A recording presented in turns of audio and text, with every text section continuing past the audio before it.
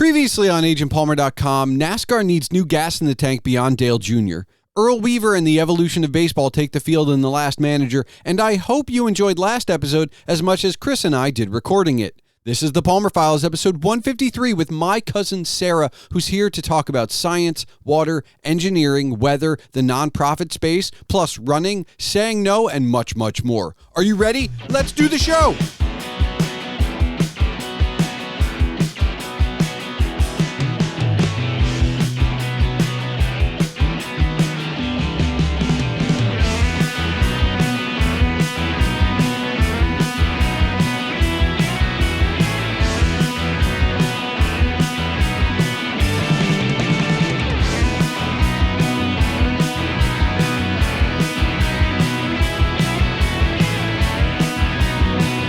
Hello and welcome to the Palmer Files. I'm your host, Jason Stershik, also known as Agent Palmer, and on this 153rd episode is my cousin Sarah. Sarah is an amazing environmental engineer who now has her own business, Sarah Diringer Consulting, but as you'll soon discover, it all goes back to being fascinated by water at an early age. Sarah and I discussed thinking like an engineer, engaging in the nonprofit sector, understanding that school isn't the real world. Plus, we do discuss water, the environment, climate, weather, and how it's all an anxiety-inducing ticking clock. All of this and a whole lot more is coming your way shortly. But first, remember that if you want to discuss this episode as you listen or afterward, you can find all related ways to contact Sarah and myself in the show notes. You can learn even more about Sarah and her work at sderingerconsulting.com, link in the show notes. Don't forget you can see all of my writings and rantings on agentpalmer.com, and of course, email can be sent to thepalmerfiles@gmail.com. So without further ado, let's get into it. Sarah, you may be one of the few people I know who's in environmental sciences that kind of wanted to be in environmental sciences. So a little backstory. I went to a tiny liberal arts college that was mainly artists, a lot of culinary people there for a 2-year before they moved on to something, either a career in it, and a lot of environmental studies people, hippies, just hippies. Okay. And it, the campus had hundreds of acres of backwoods and stuff. So they did conservation stuff. They learned, but those that I have stayed in touch with, none of them are in environmental sciences. It's almost like all the artists I know, none of them are in art. Okay. It's just, so for me, you are the enigma because I don't know anyone else who wanted to be in it, went to school for it, and is in it. Was this always the case? You were going to be in environmental sciences? That was the track? I think it was. So when I was it was either 7th or 8th grade, my science teacher at the time did, an after school thing. You could come to look at the creek behind the middle school. Okay. Which was clearly a beautiful flowing creek, but not really. And she brought water quality testing kits and you could go look at it, whatever. And I was the only kid who showed up, but I was so gung-ho. I thought this was the coolest thing. And so we tested the water. And I think since then, I've always loved this idea that you can look at nature and water looks clear or nature looks pristine. And then as you get further into it, you're oh, there's these chemicals here you didn't even know were there. And it always felt really just fascinating to me. Okay. And so since then, I think it's actually been more that I am fascinated by water. Okay. And the way to study water was environmental science. And so, so I went to college for environmental science. And at the time, I went to UCLA, they didn't have an environmental science program. And it started my sophomore year. And I just thought oh, well, this is kismet. They want me to be an environmental scientist. So what was the major to hold you over freshman year? Or did you just not declare? It was ecology and evolutionary biology or something. So still close. It was close. It was all pre-med though. So it was fascinating because everyone was well, we have to take science classes. So we'll take this one.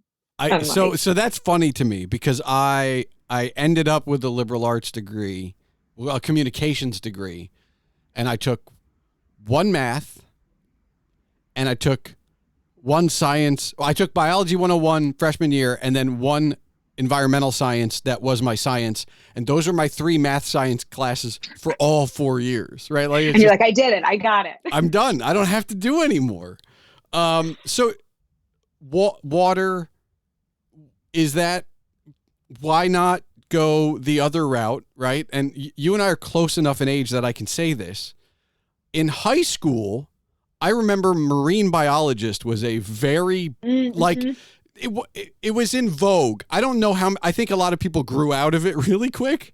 But that was in vogue, and I'm in Pennsylvania and that was in vogue. So you're in California. Like, was that ever an option? Was that a thought? Yeah, it totally was. I mean, I definitely was one of the, when you pick as a kid, whether you're going to be like, I guess it's like a vet, a firefighter, or a marine biologist. I was for sure in the marine biology camp.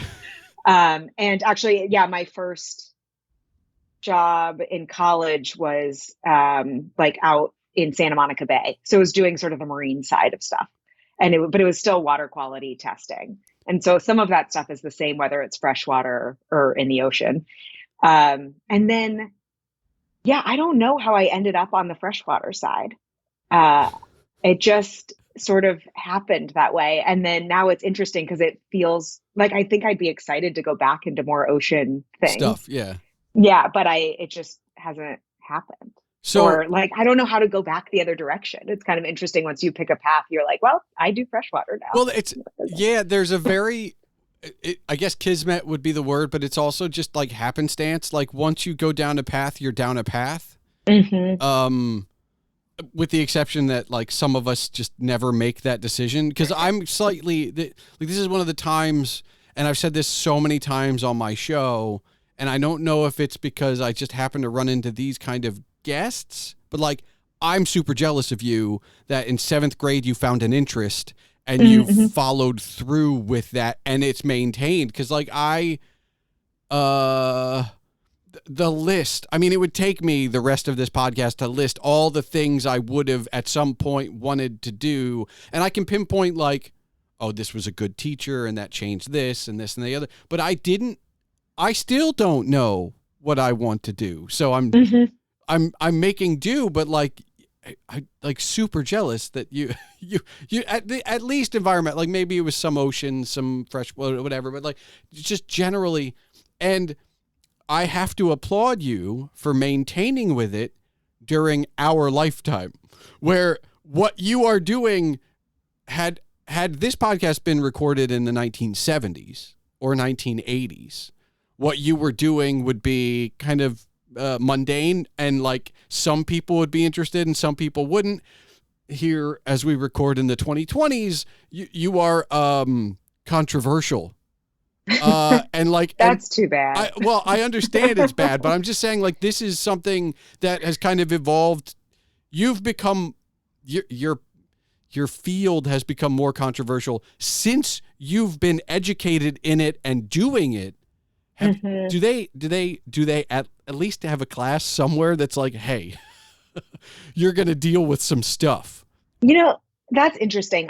So for grad school, I went from environmental science to environmental engineering. Okay. Partially because I had a conversation. I took a year off between undergrad and grad school and had a conversation with someone where they were like, well, you like math, like just go environmental engineering. Like it's kind of the same. Okay. Pretend I am an idiot. What's the difference? Okay. Like, cause to me, environmental sciences and environmental engineering, like I still see environmental sciences as like, well, we're going to still clean stuff up.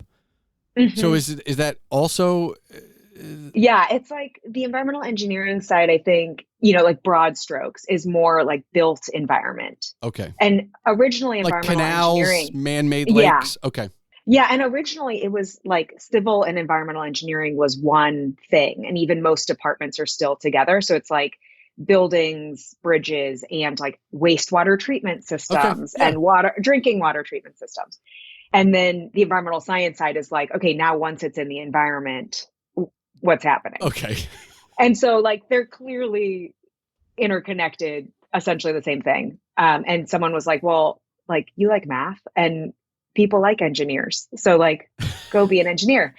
And it's been fascinating even over the last 10 years or so that I think people have started to kind of like look down on engineers in some, or not look down on, but like there's like a social stigma around engineers and that engineers don't like people or whatever it is.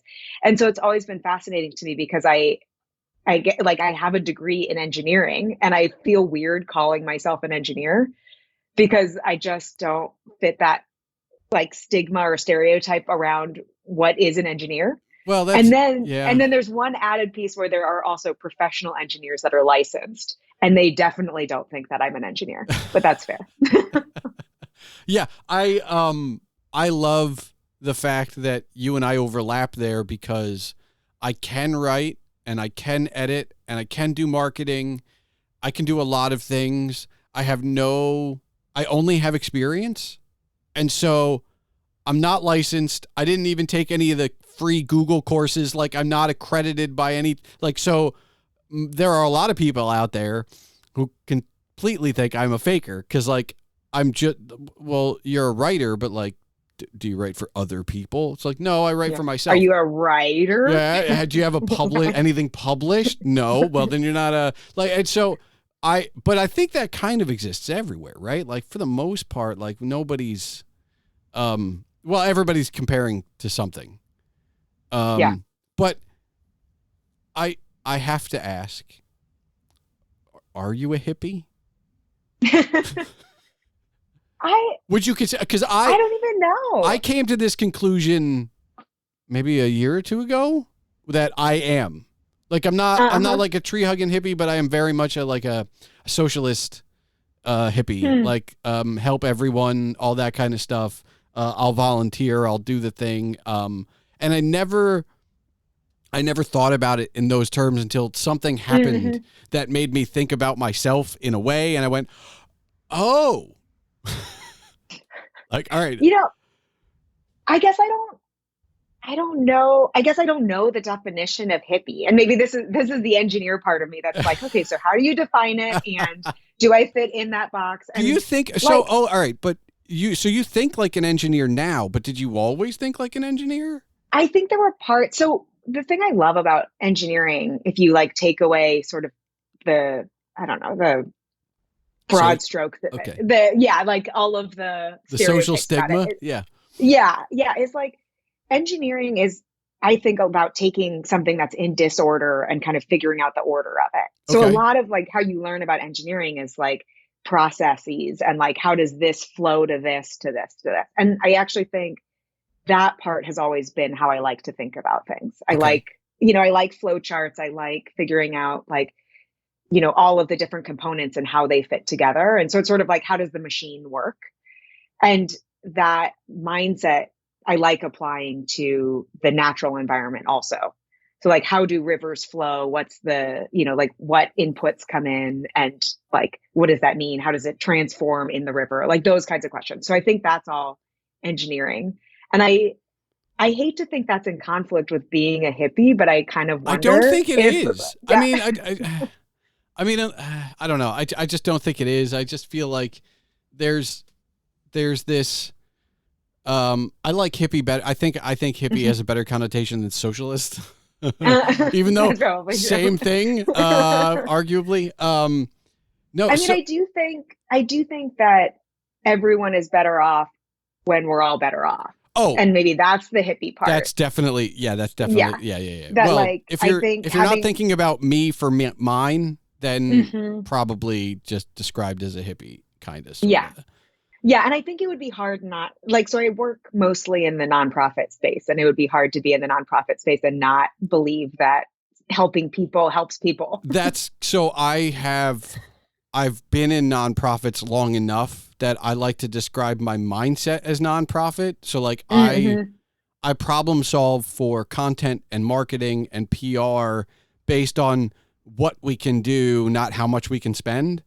And I'm for better or worse, like I've been in interviews where people are like, how would you do this? And I'd be like, well, this, and this. And they'd be like, well, what if I gave you money? And like, that's when my brain stops. I'm like, I don't know what to do with money. No one's ever given me money. I've never had money. I've always had not enough and you have to make do. And I think it's a certain mentality. I think I don't know when I talk to people that are in for-profit or that have, well, I think even if you have money, you want more, but like, I think most people that don't have are more adaptable when they don't.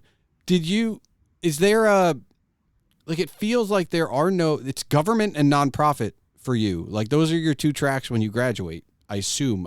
Are there for-profit environmental sciences? Yeah. I mean, there's certainly like consulting firms and stuff. Okay. So there's a lot of like, especially the engineering firms have usually both environmental science and environmental engineering. But yeah, I mean, I think I did feel a little bit like an outlier in grad school in engineering, wanting to go into the nonprofit space. But being in the environmental science crowd, everyone's like, oh, of course, nonprofits exist and they do like all these things. And so it was just an interesting. Where did the nonprofit come from? Like, why were you even thinking about that at that time? I'm sure some of it came from my parents. Okay. They both were and continue to be really active in the community, in nonprofits, sitting on nonprofit boards, that kind of thing. So I was exposed to what are nonprofits. Yep. Which I think actually a lot of folks are like, what are nonprofits? Like, I remember I got my first nonprofit job and someone asked me about like, oh, well, how was I going to have health insurance? And I was like, oh no, like I'm not nonprofit. Like I work for a nonprofit. Like they pay me. Like, yeah. And so I think there's sort of like most people don't really know the nonprofit ecosystem exists, which is fascinating. But like, it's the only one I see. It's the only one I see because, again, and my parents were the same thing. Like, they were on boards. They were on, and I, at the height of the pandemic, I got a phone call from a family friend going, hey, do you want to join a board? And he's like, your parents are on all these things. Like, it just makes sense that we would ask you if you would be interested. You'd be helpful for us. And I was like, sure. And so I did, and I did my 2 terms, and I term limited out, and now I'm kind of like shopping for my next one. There is a part of me that looks at my parents who've been on multiple at the same time, and I go like, that's a bit much. I don't know how. Like, maybe I'm just not that good, but or maybe I have too much other stuff going on. But I don't know that I could do 2 or 3 or I found one to be the right amount. But have you been on a board yet? A nonprofit board yet? So I'm currently on the synagogue board, which then is a whole other type of board, but still a nonprofit. Yeah. And then it's interesting because I've worked at a lot of nonprofits. So I've engaged with the board, but I haven't yet been on a board of a nonprofit. So now that I'm not at a nonprofit, I feel like I'm like, oh, like I should start looking for being on a board because I love learning about organizations and like kind of all the strategy. And I think to your earlier point on like trying to figure out what to do with limited money, I think is such an interesting thing because you do have to figure out how do we be most effective and strategize. And like, it's not about growing our profit next quarter. It's about like, we have these big goals to save the world and all its people and all those things. And then now we have finite resources. Well, and how is that? Like, how do you do that? Isn't that just engineering, but with other resources? Like, I mean, you've kind of learned those processes. I would assume most of those are not transferable exactly, but kinda. I mean, it's interesting because I think they are transferable sometimes, except that engineers, it's true that we don't learn a lot about people as resources. Okay. Like, right. So like you could have the best strategy in the world, but if you don't have the people to implement that strategy, then like, who cares? And so even some of the like, like some of the water treatment systems are like the best treatment systems in the world. But if they don't have staff that are there all the time, then like it doesn't work. And so I don't know, like that part I think is where I really like learning is like, who are the people who do the work? Now, because otherwise it's just strategy and like, that's cool. So how many advanced degrees after bachelor's, how many degrees do you have? Just one, but it's a PhD. Okay. So that's, but that's been done. That's in the past. How much learning, not on the job, but just how much like, have you continued to learn in your free time, quote unquote, whatever free time you have? I mean, I guess so. I feel like, I don't know, you learn every day, right? I I haven't done like official sit down take No, I'm courses. not thinking that. I'm just thinking like I've been reading just Mm, books in general, but also books outside of my comfort zone for the sake of maybe mm, further educating myself as I have sworn off school. Although I say that, and apropos of nothing, the other day I was like, I mean, it's not like I don't have enough going on, but like maybe a master's degree would be interesting to like just go back, just to go be in a formal education system again, even though mhm, for years, even on this podcast, I've said like, I think I'm done with formal education. And like, mhm. for some reason, I'm just like, maybe I could go back. But again, I don't know what I want to do. So like any good guidance counselor or admissions person is going to be like, well, what do you want? And the answer is not another piece of paper. Like Mhm. or at the very least, that's a poor answer. Yeah. I do I find myself when I'm either really frustrated or don't know what I want to do, I find myself being like, I could go back to school for a different degree. And I think that more comes from that I was really good at school. And I'm like, I would like to be good It's at something so again. comfortable. Yeah, I mean that Like, academic. I know. I think one of the reasons I never wanted to go back was because my 4 years on campus were the most comfortable.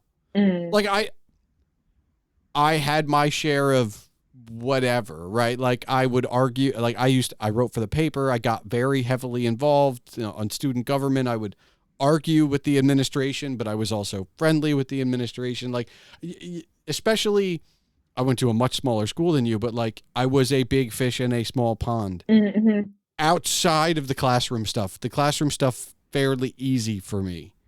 And so I just always look back and go like, that maybe that's just too comfortable. Maybe that's the reason Mm, I was like, we don't want to do that again. Like that was it was a vacation. That was a cupcake yeah. compared to what happens after. Yeah. Well, I think, yeah, I mean, I loved school. I think I was good at Would it you and have like, if you could have been mhm. a career student, Hmm. would you still be a career student? Like, you know what I mean? Cuz like that's I Yeah. think I think at some point I would have said, yeah, probably. Like let's just never leave this. Mine wasn't Ivy League or Ivy covered, but like Mhm. let's never leave this walled garden. Let's just stay in school. I think I think eventually I got frustrated or bored with like it felt like we were playing at real life, like you would like do a paper that was maybe like interesting, but it didn't actually like do Do anything out anything. in the world. Yeah. And I think eventually I would have gotten like, okay, but what's the point? Like I can write another paper and I can get a grade on it and cool. And I have to remind myself that of when I'm like, I just want to go back to school. That like it was good personally, Yep. but it didn't actually like do anything. And and so now it's just interesting now. It's a change in mindset. If I like write a report that I have to remind myself that like it actually should do Oh, something. Like finishing the yeah. report is not the thing. Yeah. Like it's just a step toward doing something. Yeah, Like, that's the thing about getting out of that thing where it's like, oh, this matters. Like it's not just about mhm. a grade. Like this is Yeah. and even to that extent, like, and I think I've always been this way to the detriment of every English teacher I've ever had. Um I've always been about the message, maybe a little bit Mhm. more than the style of that message, Mhm. or sometimes even the grammar, even still. But like, it's always been about, did I convey the thing? And Mhm. most of the time, like, I'll have Steph read something for me, and I'll be like, and she'll be like, well, you missed a comma here, and I'm like, yeah, but I don't care about, like, I want to know, did I convey the message? Do you think, like, are people going to know I liked this book or I hated this book or that I want them to learn this thing? Like, did I convey the message is the Mhm. most important thing. And in school, that feels almost secondary, no matter which track, science, arts, like whatever, like it almost feels like they don't care. And I've been downsizing our house because I've collected things and I've moved them with me through my life, for better, probably for worse. You know, you don't need to keep all that stuff. But I'll read some notes from like some stuff I wrote in college, and it's like nobody said anything about the message. Oh, you know, this is a run-on sentence. Whatever. But very few of my professors ever talked about the actual message. And then you get out and somebody's like, I don't know what you're saying here. It's like, well, nobody taught me. Like, what do you mean? This is, of course I have a problem with that thing. So that's what I've been kind of working on through. I think that's kind of what the blog has become, is like, am I conveying the thing? And I want everything to, like, it to be clear at the end what influence it should have. Okay. That, like, regardless of how you read it, and now we get to throw out all the grammatical rules we ever learned. Yeah. Like, did it convey what I think and what I think should be different in the world, or how we should change or whatever, versus like, I don't know, like, this is the state of things as they are now, and like, cool. And at the end, now you know a little more. And like, that's great. I think those things should exist, but it's just, we're in a time when we need to be moving some things along. Like, okay. So we're not going to talk about like global warming as a whole, but I have to ask, like, in the industry, does it feel like there's a ticking clock? Because like when I read anything professional about environment, weather, whatever, it always feels like, well, the time to rush was before, so now it's like really hurried. And I know that there's people on the other side that are like, there's nothing going on, but we're going to ignore them for now. But like, is there like an internal ticking clock? Like when you go to write something, you're like, well, but this is going to, but based on rainfall, this is going to erode. And so we have to build the bridge structure back an extra half mile. So that way, when these two banks are moved back 100 feet, the bridge still stands. Like, is that a thing? Yeah. I mean, I think there's multiple ticking clocks, which is very anxiety inducing. Like I think especially for water folks, so there's sort of the broader climate people. Yeah. And then there's water people as a subset of climate people, which is, I don't know, the whole field is fascinating of just how we've divided ourselves. Yeah, because clean water is still kind of a thing for, well, I mean, it's kind of a thing for humanity's survival. It can get warmer, but we still need to drink something. Yeah. Okay. Yeah, so there's like the like immediate ticking clock of like, people don't have clean water coming out of their taps in the United States, the richest country in the world. Like, that's wild.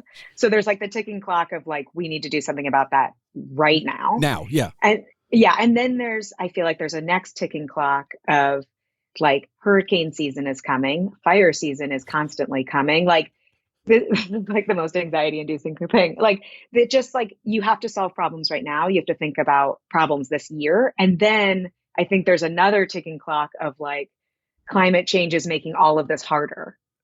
So like, let's double down on it. So I think there are folks who are working with that urgency, because it's just going to get harder and harder to solve problems as climate change gets worse. I think about it this way.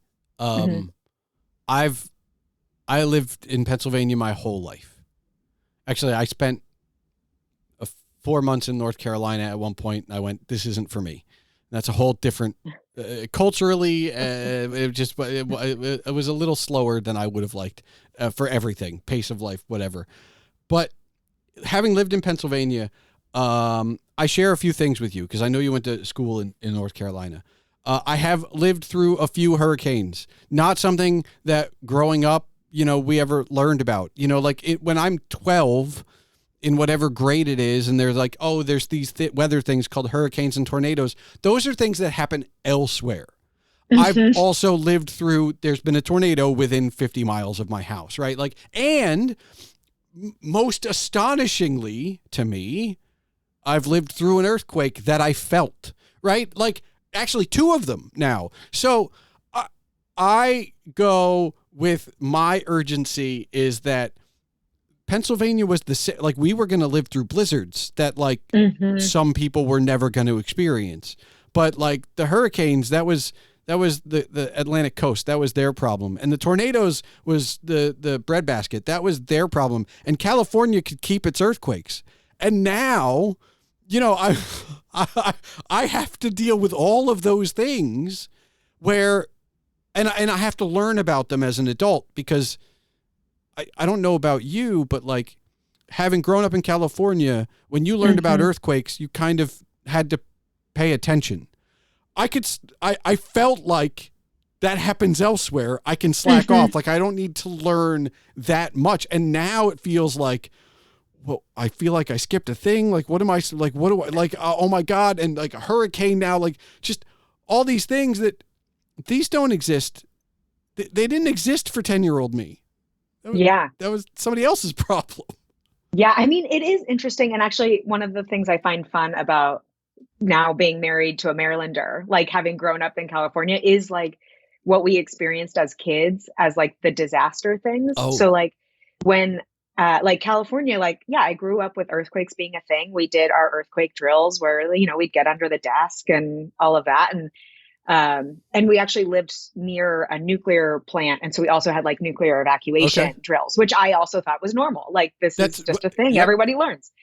And then I moved to North Carolina, and the first year there, first of all, there was an earthquake like a month after moving there. And I was like, no, like I left. I left this behind.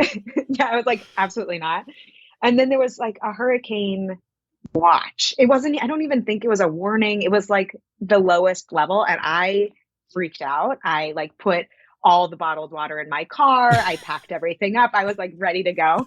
And everyone else who grew up like mid-Atlantic was like, so we're, you know, over 100 miles from the coast. It's going to rain a little and I think we'll be okay. And I just was like, we're ready to go. We're driving out. Like, and so it was just fascinating because learning about hurricanes and then trying to figure out like how nervous I should be about it. I just don't have a sense of that. And then the first snow day happened and I was like, okay, we need to like be prepared. And Andy was just like, yeah, be prepared to like have a fun day outside. Yeah. Yeah. Like, I was like, I've never had a snow day until grad school. Like I didn't know what to do with myself. So so we've covered almost all of them. So have you lived through the tornado warning too? Like, was that we had a couple in North Carolina. And luckily the civil engineering building has a basement that is the hurricane shelter, or not hurricane, the tornado shelter. Okay. And so our lab happened to be in the tornado area. And so I could just like keep working, which like, you know, for better or worse, I was like, well, already there. So normal, but if I talk to 12-year-old Sarah, you're expecting that maybe North Carolina, you deal with a hurricane, but if you're not in Iowa, there's never a tornado problem. Like if you're not up by me in Pennsylvania or New York, there's no blizzard like this. And so right. It's now universal. And talk about the Maryland thing. And this is the thing that scares me the most. The absolute most is I used, you know, Auntie's my cousin. We would go visit him and the grandparents, and there are smells from Maryland that I remember that were different from my hometown, right? I'm just a couple hours north, but like it was different, right? Just something about the air was different. My son is going to grow up smelling that in his backyard. Like those smells have come further north, whether it's the humidity or, I mean, now Pennsylvania is technically subtropical, like whatever it is about those smells that I had to travel hours to smell are now here, right? For whatever reason. And so I go like, well, this is definitely not normal. Like that's not something I should be dealing with here. And I don't know what those smells are. And I know that there's something different about it, but like, there's just something about it that just like, this feels like when we used to drive 3 hours south. How is this here now? And I go like, well, how about this? I don't mean to doom say you, but like you have a child a little bit older than mine, but did having a child change your perspective on your urgency in your field? Like, you had a baby and you went, oh, like, was there a moment, or are you still find it good? It's bad for all of us. Actually, it's interesting because I definitely felt the anxiety beforehand. And I think it did put it into perspective that now when people say things like, 2050, I'm like, oh, like, actually, like my kids won't even be 30. Like that kind of thing is interesting. But I actually think in some ways it's forced me to slow down, which has been good. Okay. Like, because I think the urgency, and I hear this from a lot of people that I work with, the urgency and anxiety is like part of why everyone leaves working in nonprofits and environmental sciences, because it's like so anxiety inducing and you burn yourself out. And then so having a kid, I felt like I started being like, I can't deal with all of these problems. Like I have like right now we're doing potty training. So I only have so much energy outside of potty training to do anything else. Sure. So then I'm much more careful about what I want to work on and like what I want to give that anxiety and stress to. Okay. And so before it used to feel like I had all this extra energy to like just be anxious. And now I'm like, okay, I'm saving that like extra, bandwidth for my kid. And then now I'm being more strategic about like, I'm not going to deal with drama. I'm not doing any of these like side things. Like, what are we focused on? What are we solving? And it's put in perspective for me that I'm also one person who can solve something, not everything, but like I can solve something. And so I should focus on that something instead of anxiety around everything. So I want to ask this before I follow up. How were you with saying no? In general? Yeah. I'm better at it now. Okay. Well, so this is why, I think that having a child would have changed my perspective on saying no.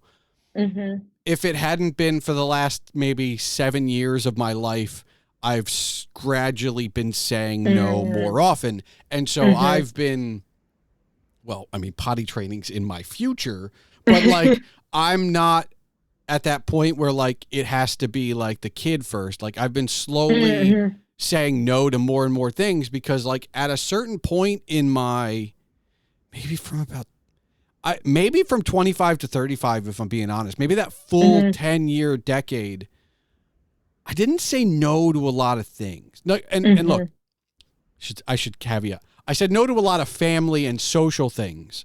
But when it came to like a friend or an artist or an organization, I didn't think about me.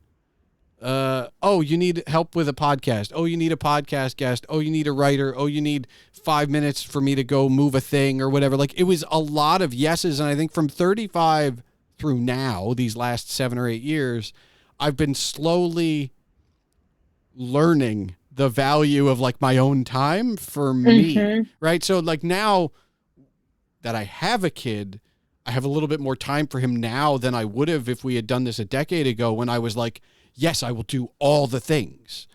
And I don't know what it was.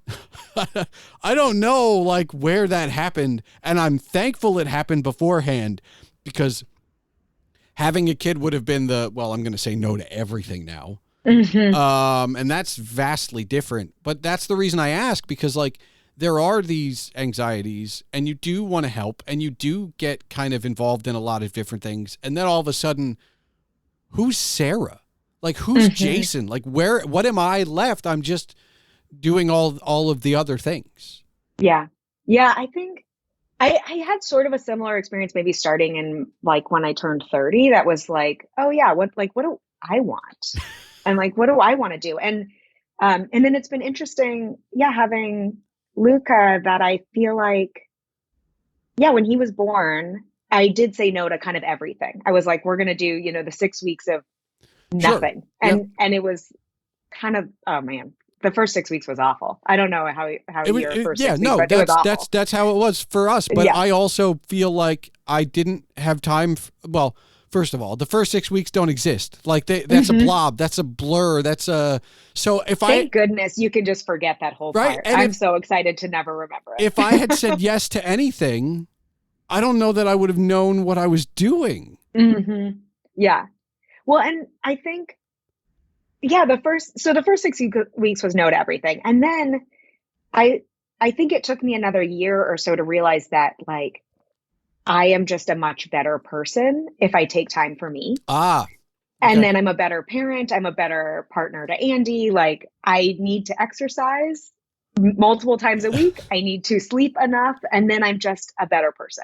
And I think I didn't connect that maybe in my 20s that like you can hustle for so long. In your 20s, you're still invincible, right? Like I feel like even when I was 30, you're going to sleep when you're dead, or whatever, right? Yeah, and like, even when I was in my 30s, I thought like, nah, I'm fine. Like, and I exercise seasonally. Okay, if it's under 70 degrees, I'm inside. It's fine. It's fine. I don't. We are exact opposites. Okay. Yeah. No. When it's 70, 80, I'll even go for a run when it's 90. People think I'm nuts, and I'm like, it's fine. I like it. It's good. Like I hate the idea of running to stay warm. Okay. Now, perhaps it's because I ran cross country with a coach who was a sadist and was like, hey, we're not going to wear long sleeves under our singlets for the mental advantage. And you're 15? And you're like, sure, that sounds like something that might help me. Why not? And so I think I've been so scarred from that I'm like, if it's 70 degrees or less, I'm not going out. And if it's raining, forget about it. It's not happening. But I think I'm the exact opposite. Like over 70, I'm like, ooh, do we have an indoor activity we can do? Like it's very warm out. But that invincibility, and I think that maybe that invincibility unrelated to the sleep and all that stuff. I think that's kind of why you say yes to all those things, because you're like, well, what's an hour here? Like I can sleep an hour less or like whatever. Yeah. So, but when you started taking time for you,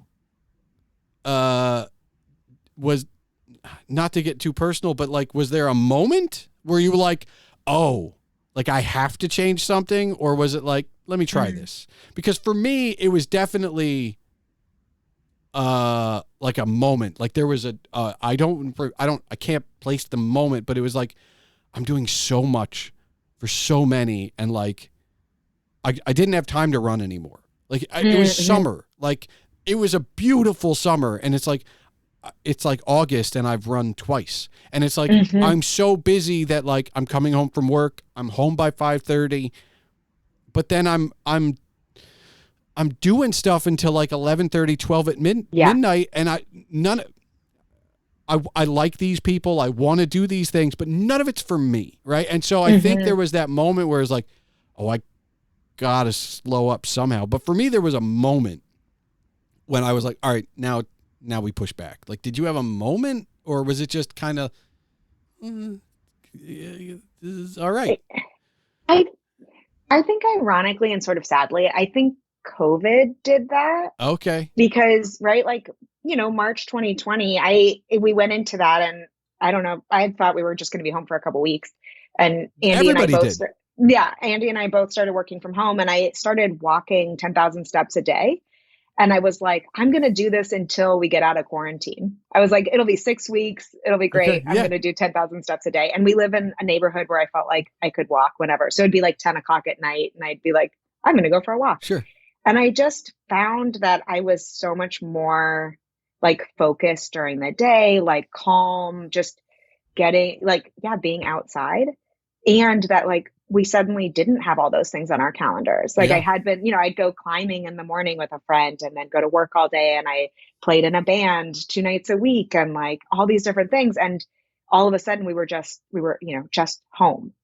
And like, we were super lucky. It was like pre-kid, like we both had jobs that could work remotely. Like we were, like the easy, whatever home thing. Yeah. But I think that was really different. And during grad school and a little bit afterward, I think I gained like 40 pounds because I just like wasn't taking care of myself and was like doing too many things, not exercising like trying to figure out when to eat and whatever. And then COVID lost all of that. Okay. Because it just was like, I'm home, and like all this time I had spent doing all these other things and not focusing on me, like had impact.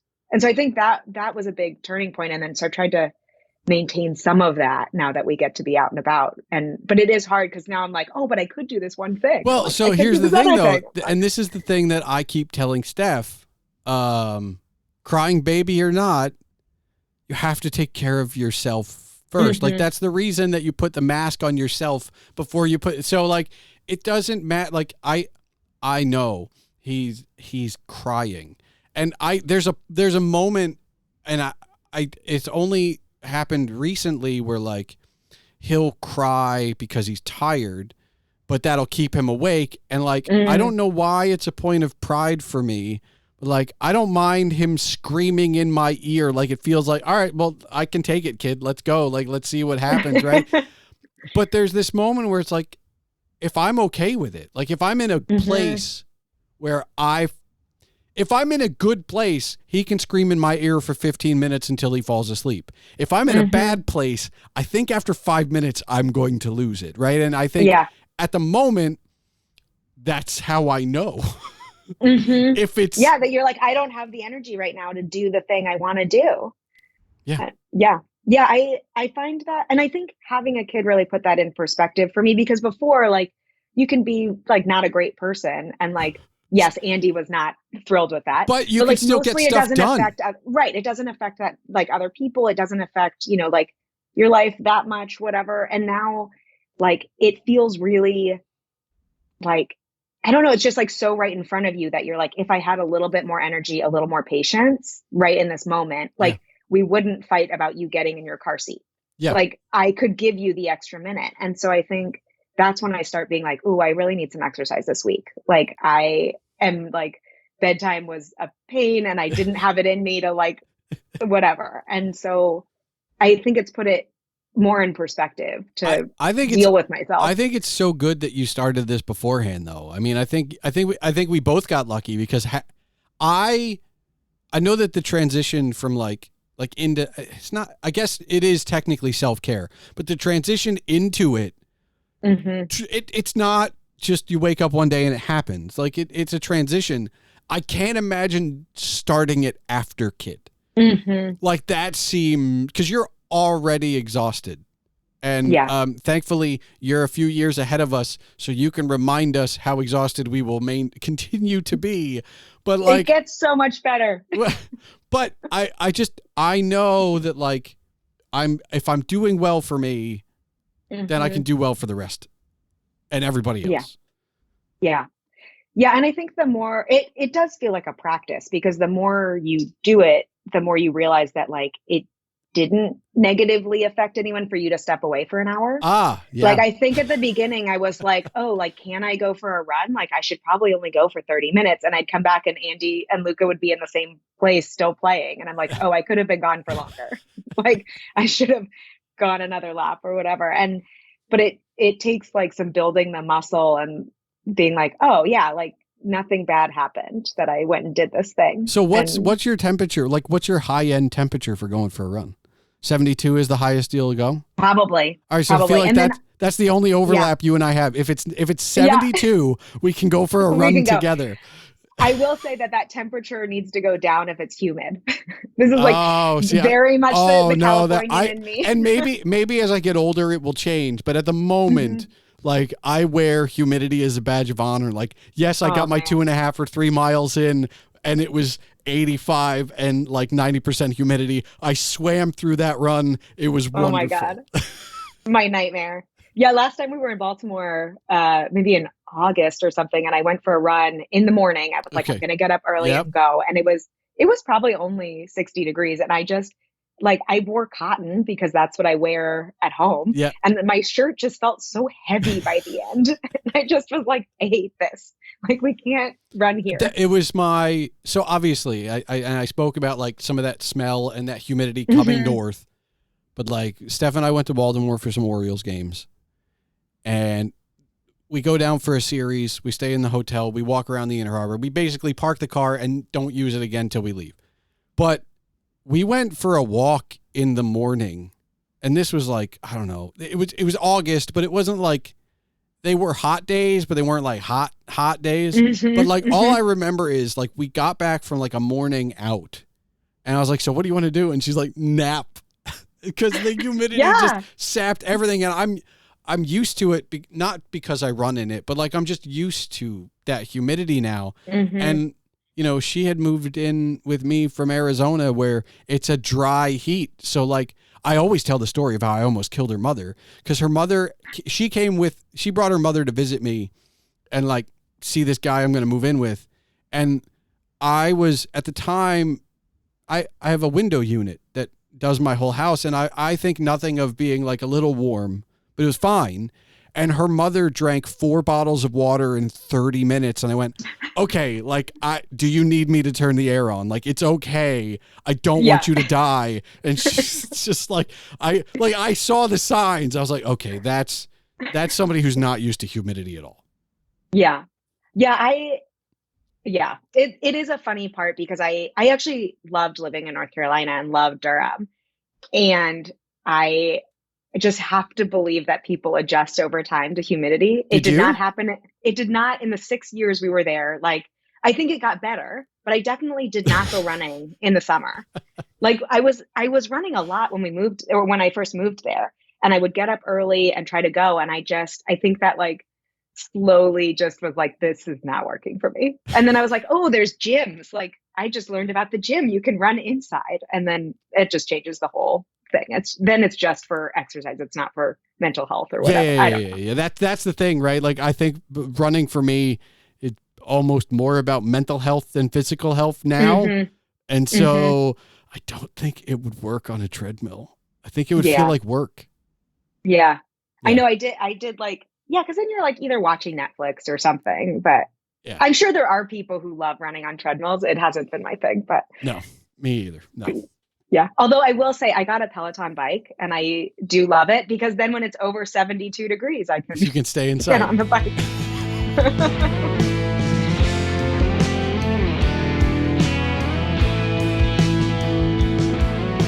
So perhaps other than a very specific set of weather conditions, Sarah and I won't be running together. We're just different kinds of runners. Though we do agree on getting involved, volunteering, and the value of the nonprofit space. We agree on the value of and continuing to learn, even if it isn't in a structured environment. We also agree on the most important thing either of us said in the entire episode. Everyone is better off when we're all better off. It's hard to imagine a world in which there is a logical counter to this, but there are pundits out there who try, filling the airwaves and screens and devices with illogical arguments about how everyone is only better off when I or you are better off. Ignore them. Know that there is a universal truth to everyone is better off when we're all better off. Reach out to your neighbors. Get to know your community. Talk to your friends. Understand what they are going through. And for the love of everything, a text is not as meaningful as a phone call or real conversation. Stop pretending otherwise. Over 150 episodes of the podcast, and I often end these outros suggesting that you do the thing you've been putting off. This time, call the person you've been thinking about. Visit them. Write them a letter even.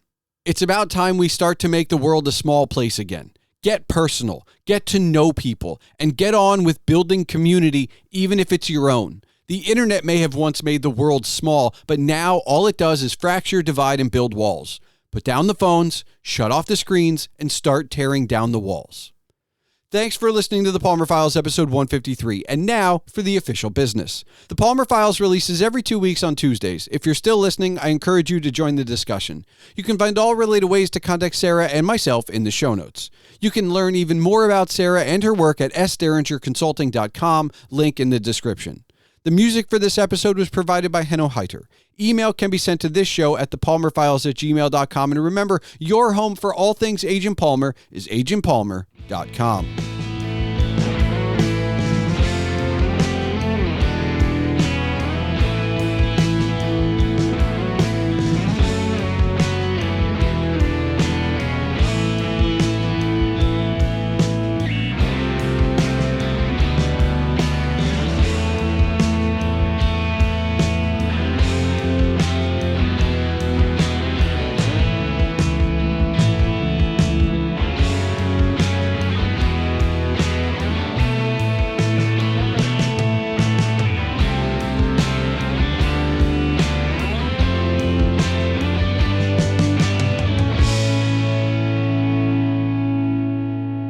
right, Sarah, do you have one final question for me? Yeah. So when we met, I was so excited that there were other Jews in the Sturchik family.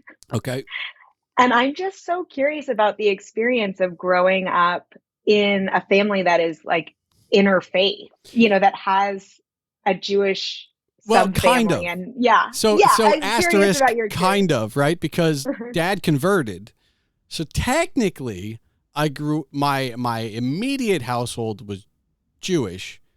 But it was interfaith in that anytime we went to Baltimore to visit the grandparents, it was for Christmas. Mm-hmm. And so it wasn't, I think, because everybody talked about it, right? We didn't hide anything. And I think this is, I don't know how much of a Sturchik thing this is in terms of talking to the cousins and finding out, but I was surprised for a moment I was surprised that we talked about finances. Like my parents would tell me oh, you need to save money, or oh, this is what so for me, religion and finances and politics, these things were talked about openly at the table. So I understood different things and different perspectives. So I could say maybe it was just the normal thing because getting both sides, because then I got to a point where I graduated from college and I would talk to friends about finances and they would be like, how do you know this? Because obviously you don't learn about some of this stuff in high school or college or any of that stuff. And so for me, the interfaith part of it was just kind of I just get to learn a little bit more about different things. But we always talked about we didn't hide about it, which is why I bring up the finances thing, because I would talk to friends who will occasionally rely on me for information about finances just because their parents never talked about it. It was, I don't want to say it was off limits, but it felt off limits because they didn't talk about it. And for me, religion was the same thing. We talked about it. One of the things, I guess to go back to your initial question about me, was that while I grew up Jewish and I had a bar mitzvah, and then I was lied to about confirmation because I thought bar mitzvah was the end of my going to synagogue. And then they were like, no, but you're going to get confirmed too. And I was like, but what? Oh, okay, fine, whatever. But when I'm in the lead up to me taking my semester abroad in Jerusalem or in Israel, the second half of my junior year of high school, in the lead up to that, I had written some things about religion, just basically trying to find my way. I wasn't all in on Judaism as a religion. I was, if anything, I was all in on Judaism as a culture. Okay. And which is, by the way, still very much the case, but it's one of those things that will always kind of be in my head is, I talked about it on an episode of this podcast about I wrote some stuff and there was an educator who wrote some stuff, fairly anti-Semitic things, but they didn't know it. They were just being naively whatever. And my rabbi, whom my parents called, because of course you do when your kid's writing weird religious stuff, he basically sat down, and before I still remember, in the lead up to him offering me this semester abroad, he said, you just seem like you're searching.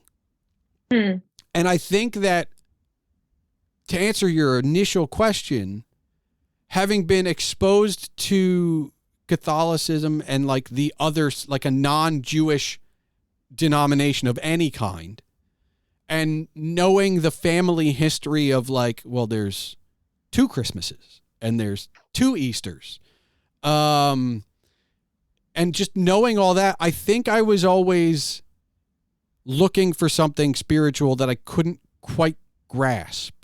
And having grown up in 2 different kinds of Judaisms, we were conservative. Then we moved to a place where we could only be reform, which was fine. And even as reform goes, like I was still kind of only half in spiritually. And so I think I was always looking, and I think part of it was because, again, we talked about it, we were open about it, like we didn't hide any of that stuff.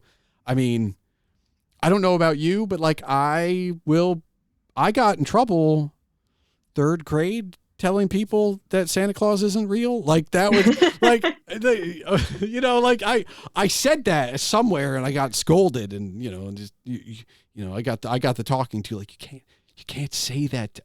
They need to find that out. And it's a different thing. That's not for you to say.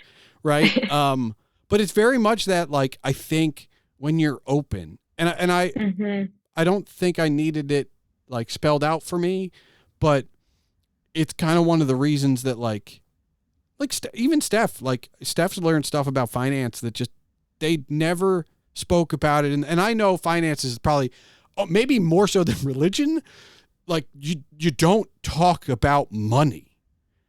And to me, maybe because of the way I grew up and because of my parents and the family as a whole, like I'm going to teach my kid, I'm going to talk to my kid about religion and spirituality and finances in the same breath. Like it matters because it shouldn't be uncomfortable. And I think that's kind of the thing I learned. That's why I bring finances into it, because, for me, it almost feels like in some of those, they're my friends, like they're basically family. But in some of those situations, like if they had questioned the family religion, would have been more comfortable for their parents than asking about a loan. Do you know what I mean? So like it became a taboo that they just weren't allowed to talk about. And I just keep thinking, like, no, just it's part of life. You need to learn this. And I would prefer you learn it because we talked about it than just discovered that you need this thing. And so that the religion part was kind of like that same thing where it was like, all right, we talked about it. It's part of it. Like, I think I'm still envious of people who are truly spiritually whatever, almost to a point like where we started this, where I said, like, I'm jealous of you because you chose environmental science and you stuck with it. Like I'm not searching as much, but I'm still culturally Jewish a lot more than I am spiritually. So like, I'm still kind of searching. Yeah. And so there's that part of it. It's like, I am slightly envious of that. But then again, there was a short window when we talk about what you want to do, where my answer was rabbi. There's an alternate universe where you married into a family with a rabbi, not just another Jew. So yeah, I mean, that's so interesting. I actually think I've become more connected to being Jewish by marrying someone who's Catholic. Okay.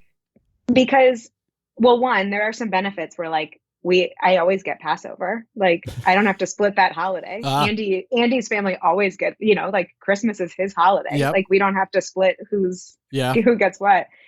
But I also think like it's been interesting. There's like pieces of Catholicism that like remind me of why I like Judaism also, like in a good way, that there are sort of these like rituals and like things that you've done since you were a kid, and like, you question sort of why you do them, but also it's just nice that you do the same thing every year. And like so it's been interesting just experiencing another religion in order to like be more inquisitive about Judaism itself and like what it is that I like and what are things that I am like, hey, I don't know about that. Like, well, how about, so let me ask then, how was your first Christmas? Like, cause it wasn't with Steph. It was with an ex-girlfriend who I was living with, but that was my first, like, there's a Christmas tree in the house. That's weird. Like, and it was, and Steph is not religious, but she's all in on Christmas, right? Like not for the religious stuff, but for the tradition of it.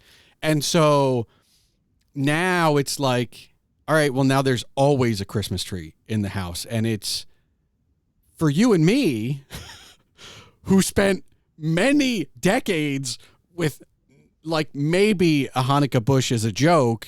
You don't bring a plant into the house. Like that's not one that's not in a pot, right? Like it's just so awkward. How was your first Christmas? You know, yeah, it was awkward because I just felt like for so long, like as a kid, I felt really left out that we didn't have a Christmas tree. Like everyone else got to decorate their houses and they're pretty. They're objectively pretty. Yeah.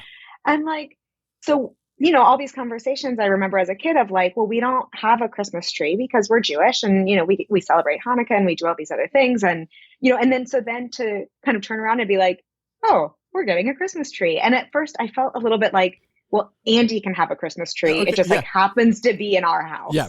Mm-hmm. And over time though, like I do have ornaments. I think the first ornament Andy got me was a little Grinch though. So, that shows who I am about it. Yeah, the first ornament Steph got me was a little Iron Man.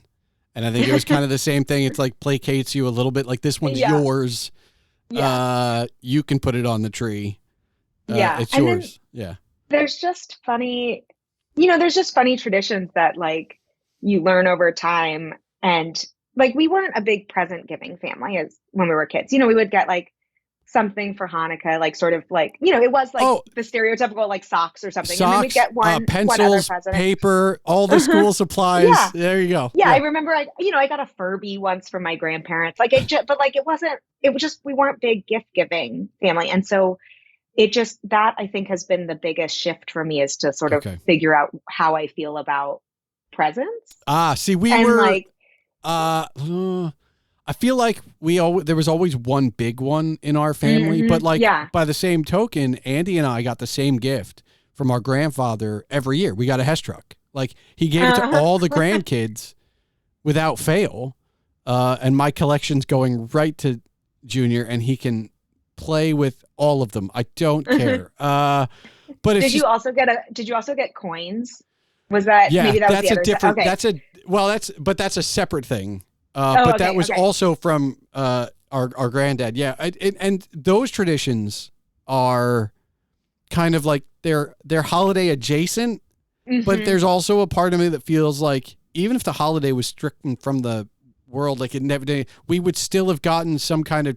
It still would have been like a tradition of something, right? Like, and so that's kind of exciting, but it also goes to, well, you're an Orioles fan now because you married it. Like, and that's, again, it's another one of those just traditions that just whatever. And the thing that you and I maybe have in common more than anything else is that like having married non-Jews, like, the melding of traditions is that's everything from here on out. Like it's just how do you want to incorporate it for the next generation? And what are you doing? I basically, is he going to get bar mitzvah? No, probably not. But like, if he wants to, like, if we get to a point where we can have that conversation can be had, but I'm not there. There's no, it very, I guess, laissez-faire, like whatever you want, kid, like it's yours. The world's your oyster. Like, have at it. Yeah. It is. I mean, it is interesting. Like I do love learning. It is sort of the religion or like holiday adjacent things are the things I like love learning. I think it was COVID that Andy, we were all trying to figure out how are we going to bring joy into our lives in any way, shape, or form. And Easter that year, I decided that I would set up an Easter egg hunt just for Andy, like in the backyard. So I bought a bunch of plastic eggs and put them out, and Andy goes around and looks for them, and there's nothing in them. And he was like, "Did you know you're supposed to like put things in the Easter eggs?" And I was like, "No." Like, why would I know that? And so I just like put empty plastic eggs all over the yard. And then he was like, "Well, how many more are there?" And I was like, "I don't know. I didn't count them." So I just like had like thrown plastic Easter eggs, and it was these like things you grow up with being so normal and so whatever that like he had like the look of shock on his face of that I didn't put anything in them. And I was like, I have never done an Easter egg hunt.